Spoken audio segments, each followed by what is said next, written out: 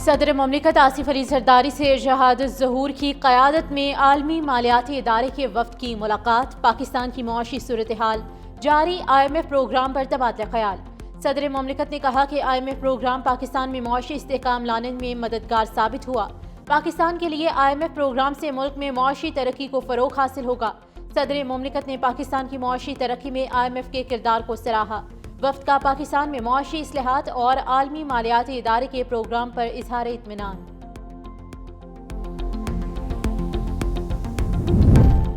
IMF نے تنخواہ دار طبقے کو ریلیف حکومتی اخراجات میں کمی سے مشروط کر دیا۔ ذرائع کے مطابق IMF وفد نے واضح کیا ہے کہ تنخواہ دار طبقے کو ریلیف دینے کے لیے حکومت کو اپنے اخراجات کم کرنا ہوں گے۔ ادھر حکومتی ذرائع کے مطابق اس سال بجٹ میں تنخواہوں اور پنشن میں اضافہ نہ ہونے کے برابر ہی ہو سکے گا۔ پاکستان اور بھارت کی کشیدہ صورتحال کے باعث IMF نے حکومت کو دفاعی بجٹ کو IMF پروگرام سے استثناء دے دیا۔ دفاعی بجٹ کو ملکی ضروریات کے مطابق بڑھایا جا سکے گا۔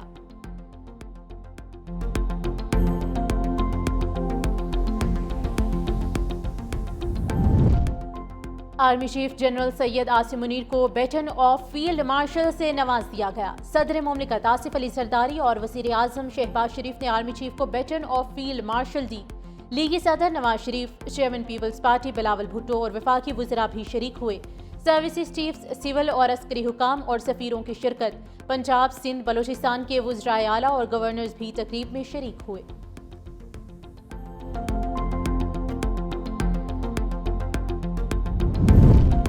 کوزدار میں سفاکیت بھارتی پشت پناہی سے چلنے والی پراکسی سے کی گئی۔ بلوچستان اور KP میں بھارتی حمایت یافتہ دہشت گردوں کو کچلنے کے لیے تمام وسائل بروئے کار لائیں گے۔ فیلڈ مارشل سید عاصم منیر کی زیر صدارت کور کمانڈر کانفرنس کا دو ٹوک اعلان۔ شرکا نے کہا کہ پاکستان کو کمزور کرنے کے لیے پراکسیز کا استعمال بھارت کا وتیرہ رہا۔ بھارت ناکامی پر پاکستان میں بدامنی پھیلانے کے خفیہ منصوبے پر عمل درآمد کر رہا ہے۔ فیلڈ مارشل سید عاصم منیر نے حالیہ کامیابیوں کو اللہ کا فضل و کرم اور عوام کو طاقت کا سرچشمہ قرار دیا۔ کہا ملک دشمن عناصر کو قومی عزم کے ساتھ نیست و نابود کریں گے۔ فورم نے پاکستانی میڈیا اور انفارمیشن وارئرز کو بھی سراہا۔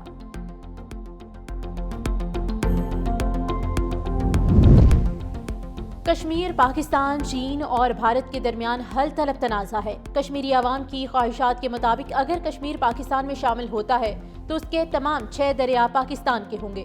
کوئی پاگل ہی 24 کروڑ پاکستانیوں کا پانی بند کرنے کا سوچ سکتا ہے۔ DG ISPR lieutenant general Ahmed Sharif Chaudhry کا الجزیرہ TV کو انٹرویو۔ ترجمان پاک فوج نے کہا کہ بھارت اپنے جنگی جنون کی وجہ سے مسئلہ کشمیر کو ظلم کے ذریعے اندرونی معاملہ بنانے کی کوشش کرتا ہے۔ اسے اقوام متحدہ کی قراردادوں اور کشمیری عوام کی مرضی کے مطابق حل ہونا چاہیے۔ خطے میں امن تب ہی آئے گا جب بھارت اپنی جنگی جنون میں مبتلا سیاسی سوچ سے چھٹکارا پائے گا۔ DG ISPR دوپہر 2:30 بجے اہم پریس کانفرنس کریں گے۔ نائب وزیر اعظم اسحاق ڈار کا سعودی عرب کے وزیر خارجہ شہزادہ فیصل بن فرحان سے ٹیلی فونک رابطہ۔ دونوں رہنماؤں کا دونوں ممالک کے درمیان گہرے اور برادرانہ تعلقات کے تمام پہلوؤں کا جائزہ۔ مختلف شعبوں میں دو طرفہ تعاون کو مزید مضبوط بنانے کے عزم کا اعادہ۔ موجودہ علاقائی پیش رفت پر بھی تبادلہ خیال۔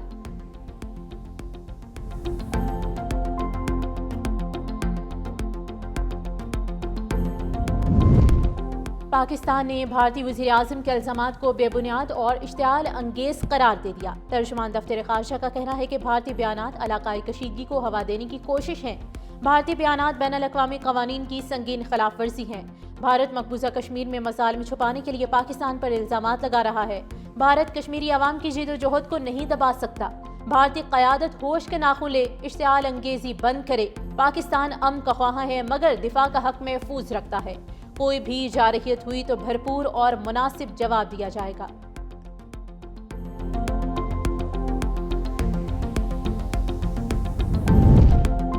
میاں والی میں دہشت گردی کا منصوبہ ناکام بنا دیا گیا۔ CTD اور دہشت گردوں میں شدید فائرنگ کا تبادلہ ہوا۔ 3 خطرناک دہشت گرد ہلاک، 6 فرار۔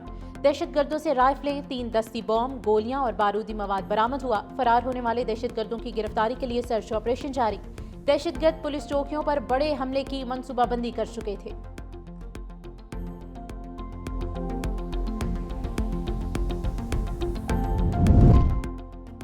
اور لاہور میں سندر کے علاقے میں مبینہ پولیس مقابلہ، ایک ڈاکو ہلاک، پولیس نے ناکے پر 3 مشکوک افراد کو روکنے کا اشارہ کیا، ملزمان نے رکنے کی بجائے پولیس پر فائرنگ کر دی، فائرنگ کے نتیجے میں ڈاکو اپنے ہی ساتھیوں کی فائرنگ سے ہلاک، دیگر ساتھی فرار، ہلاک ڈاکوؤں سے اسلحہ اور دیگر سامان برآمد۔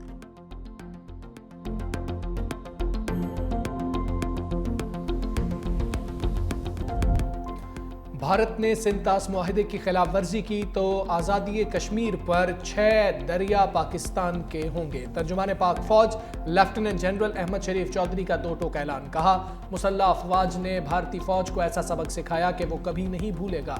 پاکستانی امن پسند ہیں، ملک بھر میں امن کا جشن منایا جا رہا ہے۔ پاکستان نے جھوٹ، فریب، دباؤ، جارحیت اور بھارت کے دیگر کئی پہلوؤں کا پردہ چاک کیا۔ بھارت اپنی پراکسی سے پاکستان میں دہشت گردی کرا رہا ہے، ملک سے دہشت گردوں کا صفایا کرنے تک آپریشنز جاری رہیں گے۔ چین، پاکستان اور افغانستان مل کر دہشت گردی کے خلاف لڑیں گے، اتفاق کیا کہ اپنی سرزمین دہشت گردی کے لیے استعمال نہیں ہونے دیں گے۔ نائب وزیر اعظم اسحاق ڈار کی دورہ چین کے بعد میڈیا کو بریفنگ، بتایا بھارت کا جھوٹا بیانیہ بے نقاب اور دنیا کو حقائق سے آگاہ کیا۔ چین سی پیک 2 شروع کرنے کے لیے بھی تیار ہے۔ پاکستان، افغانستان اور ازبکستان ریلوے پر بات ہو رہی ہے، اگر یہ نیٹ ورکس بن گئے تو گوادر پورٹ اصل معنوں میں فعال ہو جائے گا۔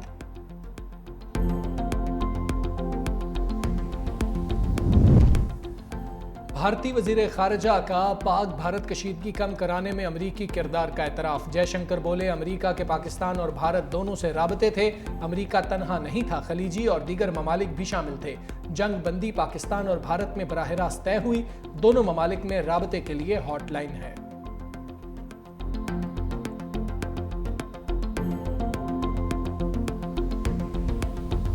مودی حکومت تباہ جنگی طیاروں کی اصل تعداد چھپا کر قوم کو گمراہ کر رہی ہے۔ سابق بھارتی وزیر خارجہ یشونت سنہا نے بھی آپریشن سندور پر سوالات اٹھا دیے، کہا کہ مودی حکومت آپریشن سندور کو بہار الیکشن اور سیاسی فائدے کے لیے استعمال کرے گی۔ مودی، امت شاہ، جے شنکر اور اجیت دوول کو سفارتکاری اور انٹیلیجنس کی ناکامی پر استعفیٰ دینا چاہیے۔ آپریشن کی ناکامی پر سوال کرنے والا آج بھارت میں غدار کہلاتا ہے۔ عوام کو حقائق بتانے کے بجائے مودی سرکار مکمل خاموش ہے۔ خزدار بس حملے میں ایک اور طالبہ شہید، 8ویں جماعت کی سحر سلیم دوران علاج چل بسی، بزدلانہ حملے میں شہید ہونے والی طالبات کی تعداد 4 ہو گئی۔ شہید 2 بچیوں کا سفر جنت صادق آباد اور اوکاڑا میں سپرد خاک۔ جرمنی، کینیڈا اور روس کی خزدار سکول بس پر حملے کی شدید مذمت، جرمن سفیر نے کہا اسکول کے بچوں پر حملہ ہولناک ہے۔ کینیڈین سفیر بولے حملے میں بچوں سمیت کئی قیمتی جانیں ضائع ہوئی۔ روسی سفیر نے کہا امید ہے حملے کے ذمہ داروں کو سزا دی جائے گی۔ بھارتی سپانسرڈ دہشت گردی کے خلاف سینٹ میں ارکان یک زبان، نائب وزیر اعظم اسحاق ڈار نے کہا کہ خزدار واقعے کے پیچھے بھارت بس بہت ہو چکا، بھارت کی پراکسی وار سے متعلق مستقبل کا لائحہ عمل طے کرنا ہوگا، جنگ بندی برقرار، شرافت اور عزت اسی میں ہے کہ بھارت صلح کر لے۔ پی ٹی آئی رہنما سینیٹر علی ظفر نے کہا کہ دہشت گردی اور دہشت گردوں کے لیے کوئی رحم نہیں ہونا چاہیے، پاکستان کبھی جھکا ہے نہ جھکے گا۔ سینیٹر عرفان صدیقی نے کہا کہ بھارت پاکستان میں دہشت گردی کے لیے اپنی پراکسیز کو پیسہ اور ٹریننگ دے رہا ہے، ایسے لوگوں کے خلاف سخت کارروائی ہونی چاہیے۔ سینیٹر شیری رحمان نے کہا کہ ہماری جنگ افغانستان سے آئے دہشت گردوں اور بھارتی فنڈنگ سے چلنے والے سہولت کاروں سے ہے۔ سینیٹر انوار الحق کاکڑ نے کہا کہ پاک بھارت کشیدگی میں تکبر کے دیوتا کو شکست ہوئی ہے۔ دوسری جانب قومی اسمبلی نے سنتاس معاہدے کی غیر قانونی معطلی پر قرارداد متفقہ طور پر منظور کر لی۔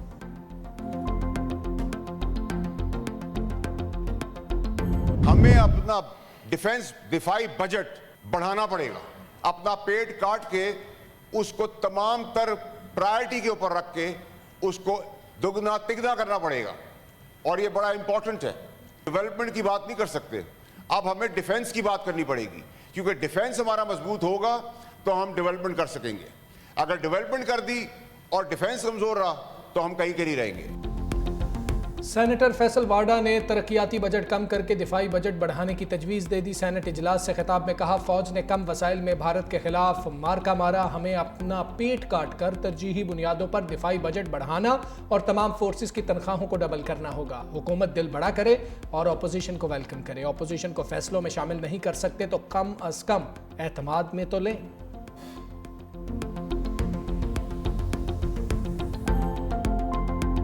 جو بجٹ آ رہا ہے تو اس کے لیے بجٹ کے لیے کچھ جو 4-5 ہمارے ضروری لوگ ہیں، جس میں ہمارا فائنانس ایڈوائزر ہے اور ہمارے پارٹی کے کچھ اور لوگ ہیں، میں مجھ سمیت، ان کی ایک ملاقات ضروری ہے۔ اور اگر یہ ملاقات یہ نہیں کراتے تو پھر IMF کی جو ان کی شرائط ہے اس کے اندر ہم اس ساتھ بیٹھیں گے بھی نہیں اور نہ ہم سے بات کریں گے، پھر یہ جانے ان کا کام جانے۔ یہ عمران خان کا ایک حق ہے، یہ ان کا ایک حق ہے اور اس حق سے ان کو اگر محروم کیا جائے گا تو اس کے خلاف بھی ہمیں بھرپور تحریک چلائیں گے۔ بجٹ پر بانی سے ملاقات نہ کروائی تو IMF شرائط پوری نہیں کریں گے۔ وزیر اعلیٰ KP کی وفاق کو ایک بار پھر سے دھمکی، بولے بجٹ کے حوالے سے مشاورت کے لیے بانی PTI سے ملاقاتیں ضروری ہیں۔ بانی پر بنائے گئے تمام کیسز جھوٹے اور جعلی ہیں۔ بانی PTI کی پاکستان کے لیے مذاکرات کرنے کو بھی تیار ہیں۔ بانی نے احتجاجی تحریک کے لیے بھی دوبارہ ذمہ داری دے دی ہے۔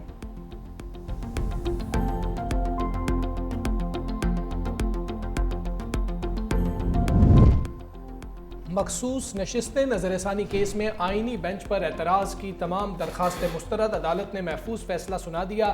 نظر ثانی کیس کی کارروائی کی لائیو سٹریمنگ کا حکم بھی دے دیا۔ سنی اتحاد کونسل کی 26ویں آئینی ترمیم کو پہلے سننے کی درخواست بھی مسترد، عدالت کا IT ڈپارٹمنٹ کو لائیو سٹریمنگ کے انتظامات کرنے کا حکم۔ مخصوص نشستوں پر نظر ثانی کی درخواستوں پر مزید سماعت 26 مئی تک ملتوی۔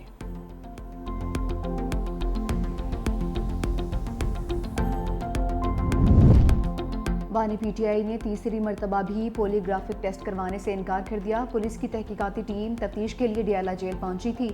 بانی کے انکار کے بعد لاہور سے آنے والی تفتیشی ٹیم واپس روانہ ہو گئی۔